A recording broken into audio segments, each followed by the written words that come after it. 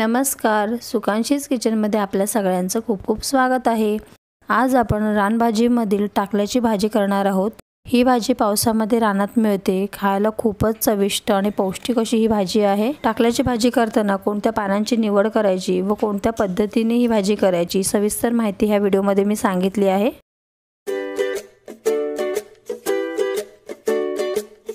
काही कामासाठी मी गावी आले होते, म्हटलं रानात जाऊन टाकल्याची भाजी आणावी व हा अनुभव तुमच्याबरोबर शेअर करावा। हे बघा, अशा प्रकारे टाकल्याची भाजी असते। टाकल्याची भाजी करताना जी कोवळी पानं असतात ना, तीच घ्यायची असतात। रानात जाऊन स्वतःच्या हाताने रानभाजी जमा करण्याची मजा वेगळीच असते। ही भाजी मुळापासून नाही तोडायची, फक्त जे वरचे कोवळी पानं असतात ना, तीच काढून घ्यायची आहेत। ज्या ठिकाणी मी टाकल्याची भाजी वेचत होते त्याच्या बाजूलाच एक लहान धबधबा आहे, तो मी तुम्हाला दाखवते। हे बघा, सर्वत्र शांतता होती, फक्त धबधब्याच्या पाण्याचा आवाज कानावरती पडत होता। मला स्वतःला निसर्गामध्ये राहायला असं खूप आवडतं आणि हा अनुभव माझ्यासाठी खूप महत्त्वाचा होता, त्याच्यामुळे मी हा अनुभव तुमच्याबरोबर शेअर केला। टाकल्याची भाजी मी ताटामध्ये काढून घेतली आहे। आता ही भाजी आपण साफ करून घेऊया। इथे आपण सर्व टाकल्याची कोवळी पानं आणली आहेत। आपण पानं आणल्याच्या नंतरला ती अशी व्यवस्थित बघायची, त्याच्यावरती काही डाग असतील, काही घाण असेल तर तशी पानं घ्यायची नाही। टाकल्याची भाजी साफ करताना त्याची फक्त आपण पानं काढणार आहोत। जो हा मध्ये देठ आहे ना, तो आपण भाजीसाठी नाही वापरणार।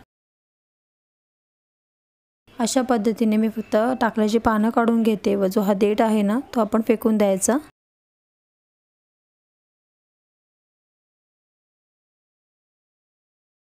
ही टाकल्याची पानं मी एका ताटामध्ये काढून ठेवते। अशा प्रकारे आपण सर्व जी टाकल्यांची पानं आहेत ना, ती काढून घेणार आहोत।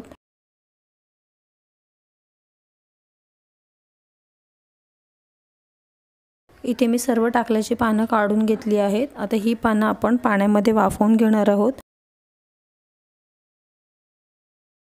एका पातेल्यामध्ये मी 2 ग्लास पाणी गरम करून घेतलं आहे। गॅस फ्लेम लो केली आहे। आता या पाण्यामध्ये आपण अर्धा चमचा मीठ ॲड करून घेणार आहोत। आता ह्या गरम पाण्यामध्ये आपण टाकल्याची पानं ॲड करून घेऊया। टाकल्याची पानं हलकी असतात, त्यामुळे अलगद चमच्याने दाब देत ही पानं आपल्याला पाण्यामध्ये अशी बुडवून घ्यायची आहेत। हे बघा, अशा प्रकारे ही सर्व पानं आपण पाण्यामध्ये बुडवून घेतली आहेत। आता पातेल्यावरती 2 मिनिटांसाठी एक ताट ठेवायचं। 2 मिनिट झाले आहेत, तुम्ही बघू शकता टाकल्याच्या पानांचा रंग चेंज झाला आहे। एका भांड्यावरती अशी चाळणी ठेवायची व जी टाकल्याची भाजी आपण वाफवून घेतली आहे ती भाजी आपण चमच्याने त्या चाळणीवरती आपण काढून घेऊया, म्हणजे त्याच्यामध्ये जे काही एक्स्ट्राचं पाणी असेल ते निथळून जाईल। टाकल्याची सर्व पानं आपण ह्या चाळणीवरती काढून घेतली आहेत। ही पानं पूर्ण थंड करून आपण घेणार आहोत। ही पानं पाण्यामध्ये आपण शिजवून घेतल्यामुळे एकमेकाला चिकटतात। टाकल्याची पानं थंड झाली आहेत। आता ही एकमेकाला चिकटलेली पानं आपण मोकळी करून घेऊयात।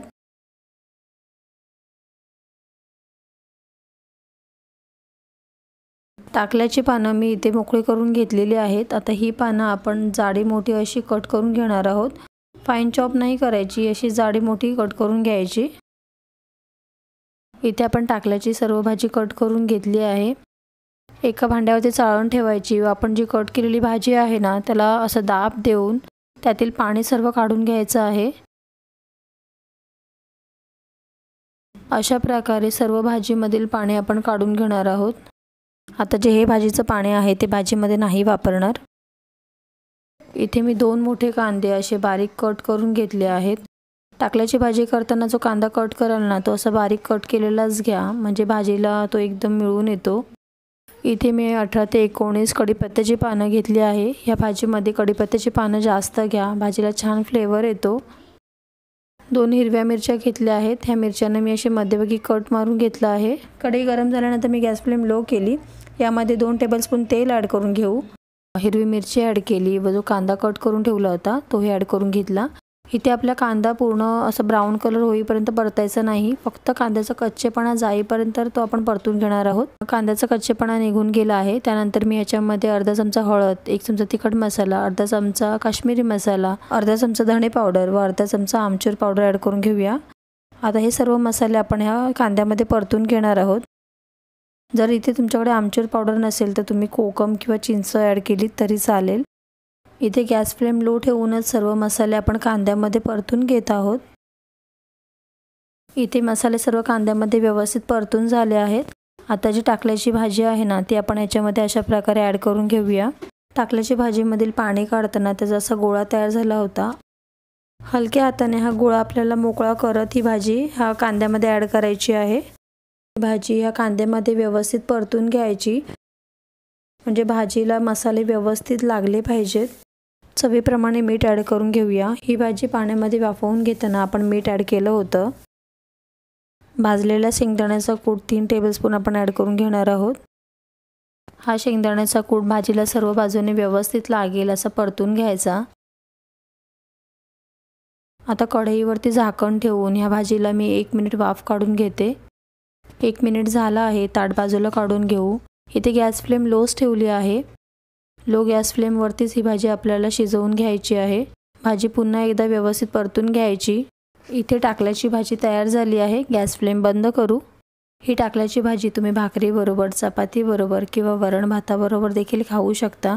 ही भाजी उष्ण असल्यामुळे शरीरातील कफ दोष व वात कमी करण्यास ह्या भाजीची मदत होते. ही भाजी पचायला खूप हलकी असते.